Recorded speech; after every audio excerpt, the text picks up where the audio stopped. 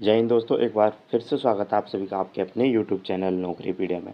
तो एक और गवर्नमेंट जॉब की अपडेट के साथ मैं आपके साथ फिर से हाजिर हूँ। दोस्तों, ये हमारी जो वैकेंसी निकाली गई है, CHSL की वैकेंसी निकाली गई है। जैसे ही SSC ने अपना जो कैलेंडर जारी किया था, उन्होंने कहा था 23 जून को आपको जो वैकेंसी है CHSL की वो आ जाएगी। CSC टाइम की बड़ी पाबंद इस टाइम चल रही है, कहा जाए तो। कितनी वैकेंसी निकाली है टोटल, चलिए उसके बारे में आपको वीडियो में बताता हूँ। क्या क्या एलिजिबिलिटी रहेगी आपके इसमें, वो भी सारी कंफर्म डिटेल के साथ आपको वीडियो में पता चलने वाला है। तो वीडियो को लास्ट तक जरूर देखिएगा। और टायर 1 टायर 2 में आपका कितने क्वेश्चन आएंगे उसके बारे में भी हम थोड़ा बात करेंगे। तो दोस्तों, बात करें फॉर्म की, कब से आप फॉर्म इसके भर पाएंगे, तो 23 जून से 18 जुलाई तक आप जो इसके फॉर्म भर सकते हैं ऑनलाइन। अगर आपने फॉर्म भरते टाइम कोई गलती कर दी है तो उसके करेक्शन के लिए भी यहाँ पे डेट है। वो आप 23 जुलाई से 24 जुलाई एक दिन के बीच में आप करेक्शन करने का टाइम मिलेगा। उसके लिए कुछ फ़ीस रखी जाएगी, वो आपको यहाँ पर पे करनी होगी। अगर बात करें इसका एग्ज़ाम की, तो 8 तारीख 9वें महीने 2025 से 18 तारीख 9वें महीना 2025, तो 10 दिन के अंदर क्या है, आपका जो एग्ज़ाम है टायर 1 का वो कंडक्ट करा लिया जाएगा। तो कुछ ज़्यादा शिफ्ट नहीं रहेगी, इस बार शिफ्ट भी कम हो जाएंगी एग्ज़ाम की।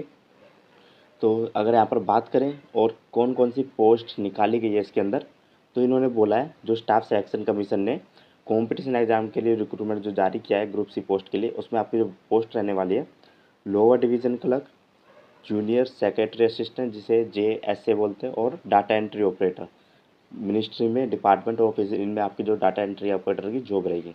इसमें जो आपकी सैलरी रहेगी लोअर डिवीज़न क्लर्क और जूनियर सेक्रेटरी असिस्टेंट के लिए जो सैलरी आने वाली है वो लेवल पे की 2 की रहेगी, जिसमें आपकी 19,900 से 63,200 तक क्या है जो सैलरी रहेगी। इसके बीच में आपकी जो सैलरी यहाँ पर रहने वाली है। अगर इसकी क्वालिफ़िकेशन भी दोस्तों अलग अलग रहने वाली है, क्योंकि अगर हम बात करें डाटा एंट्री ऑपरेटर के लिए तो आपकी अलग क्वालिफ़िकेशन रहेगी, और आपका जो JSA हो गया और ये यहाँ पर लोअर डिवीज़न कलर हो गया, इसके लिए अलग वैकेंसी क्वालिफिकेशन मांगी गई है। तो वीडियो को जरूर ध्यान से देखिएगा। अगर आप कहीं भी मिस्टेक करते हैं तो फॉर्म भरने में आपकी गलती जो है यहाँ पर हो सकती है। डाटा एंट्री ऑपरेटर के लिए जो आपकी सैलरी रहेगी 25,100 से 81,100 के बीच आपकी जो सैलरी यहाँ पर रहने वाली है। 10 वैकेंसी जो निकाली है 3131 सगुन के साथ इन्होंने वैकेंसी दी है दोस्तों इस बार, ठीक है। 3131 टोटल वैकेंसी जो यहाँ पर निकाली गई है। अब आप कहेंगे दोस्तों यहाँ पर वैकेंसी इतनी कम क्यों है, क्योंकि वैकेंसी इसलिए कम हो गई है दोस्तों, क्योंकि यहाँ पर पहले एक और पोस्ट होती थी, मेरे को नाम याद नहीं आ रहा उसका। उसको क्या है, इन्होंने CHL से निकाल के अब उसको डाल दिया CGL में। तो उसकी वजह से क्या है, वैकेंसी बहुत कम हो गई, क्योंकि उस पोस्ट की वैकेंसी ज़्यादा आती थी। रिजर्वेशन भी दिया गया है, वो आप यहाँ पर सब चेकआउट कर लीजिएगा। एज लिमिट की बात करें तो आपकी एज लिमिट क्या होनी चाहिए, कौन कौन इसके लिए फॉर्म भर पाएगा। अगर आपकी जो एज है 18 से 27 साल के बीच है तो आप इसके लिए फॉर्म भर सकते हैं। या फिर मैं ये बोलूँ 1999 से 2008 के बीच जिसका जन्म हुआ है वो भी इस फॉर्म के लिए भर पाएगा।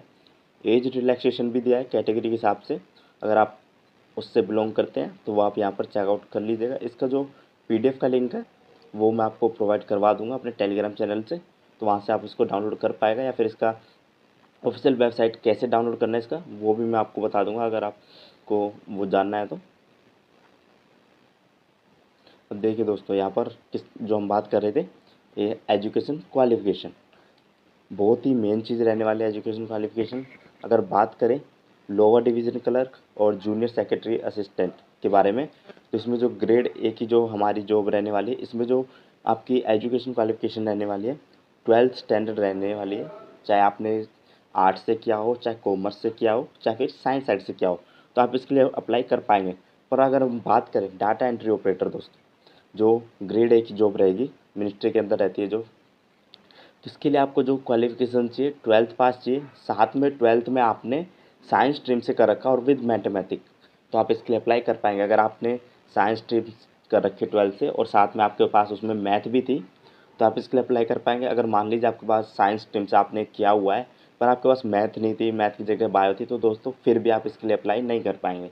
या फिर जो हमारे आर्ट्स और कॉमर्स वाले भाई हैं वो भी इसके लिए अप्लाई नहीं कर पाएंगे दोस्तों। 100 रुपये इसकी एप्लीकेशन फ़ीस रहेगी फॉर्म भरने के लिए। जब भी आप इसके लिए फॉर्म भरेंगे तो 100 रुपये आपको वहाँ पर जो है पेमेंट करनी होगी। और जो वुमेन कैंडिडेट्स हमारे और SC ST PWD SM category से हैं उनके लिए कोई भी फ़ीस नहीं रहेगी फॉर्म फ्री ऑफ कॉस्ट वो यहाँ पर फॉर्म भर पाएंगे। अगर हम बात करें टायर 1 टायर 2 के आपके एग्ज़ाम के बारे में, तो 2 फेज़ में कंडक्ट कराया जाएगा टायर 1 टायर 2। तो टायर 1 में आपके जो नंबर ऑफ क्वेश्चन रहते हैं, टोटल 100 क्वेश्चन रहते हैं जो 200 मार्क्स के आते हैं, जिसमें आपके 4 सब्जेक्ट पूछे जाते हैं। एक तो इंग्लिश, जनरल इंटेलिजेंस और क्वांटिटी एम्पलीट्यूड और जनरल अवेयरनेस। सबसे 25-25 क्वेश्चन आते हैं। उसके लिए जो आपको टाइम मिलता है 60 मिनट का यहाँ पर टाइम मिलता है 100 क्वेश्चन को अटैम्प्ट करने के लिए, उनको सोल्व करने के लिए। और नेगेटिव मार्किंग आपकी 0.50 मार्क की जो नेगेटिव मार्किंग रहती है, अगर आप एक क्वेश्चन गलत करते हैं तो 0.5 नंबर जो मार्क्स आपका यहाँ पर कट किया जाएगा। टायर 2 को आपको पता ही है कि पहले जो हमारा पैटर्न रहता था वो चेंज हो चुका है, तो उसके बारे में भी मैं आपको थोड़ा सा ब्रीफ में बता देता हूँ। तो टायर 1 आपका 1 घंटे का रहेगा, जिसमें आपको 2 सेक्शन आएंगे। सबसे पहले आपका टायर 1 में जब टायर 2 का आप जब भी एग्ज़ाम देने जाते हैं तो सबसे पहले आपके पास ये सेक्शन खुलेगा। आप ये मत सोचिएगा कि एक बार में आपके दोनों सेक्शन खुल जाएंगे और 2 घंटे में आप जोन सा चाहे अटैम्प्ट कर पाएंगे, तो ऐसा नहीं रहने वाला दोस्तों। पहले आपका ये सेक्शन खुलेगा जिसमें आपका मैथमेटिक रीजनिंग रहेगा। इसमें आपके जो टोटल नंबर ऑफ क्वेश्चन आएंगे 60 आएंगे। जो एक क्वेश्चन 3 नंबर का रहेगा तो 180 के नंबर के आपके 60 क्वेश्चन रहेंगे। और सेक्शन 2 में आपका क्या होगा, इंग्लिश लैंग्वेज, जनरल अवेयरनेस ये आएंगे जी। इसमें भी आपके 40 क्वेश्चन रहेंगे, जनरल अवेयरनेस के 20 क्वेश्चन रहेंगे, 60 क्वेश्चन आएंगे टोटल 180 मार्क्स के। टोटल हो गया आपका 360 मार्क्स का CHSL।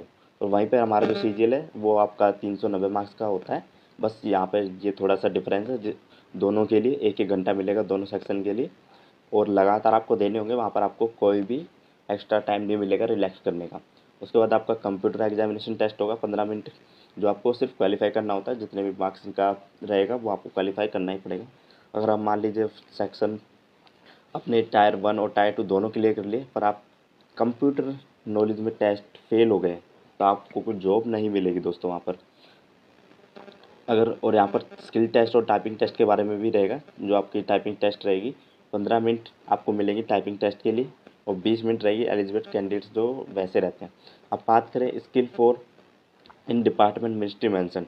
अगर आप DO के लिए आपने भरा है, डाटा एंट्री ऑपरेटर के लिए आपने भर रखा है फॉर्म, और आपका उसमें सिलेक्शन हो भी जाता है, फिर उसके बाद आपका टाइपिंग में क्या है, स्किल टेस्ट होगा। जिस चीज़ के लिए आपने अप्लाई किया उसमें डाटा एंट्री ऑपरेटर, उसको आपने आपकी उसमें स्किल देखी जाएंगी, वो सब चीज़ यहाँ पर चेकआउट की जाएंगी। तो ये कुछ इन्फॉर्मेशन थी दोस्तों SSC CHSL की जो अपकमिंग एग्ज़ाम के बारे में। तो आई होप दोस्तों आपको वीडियो पसंद आई होगी।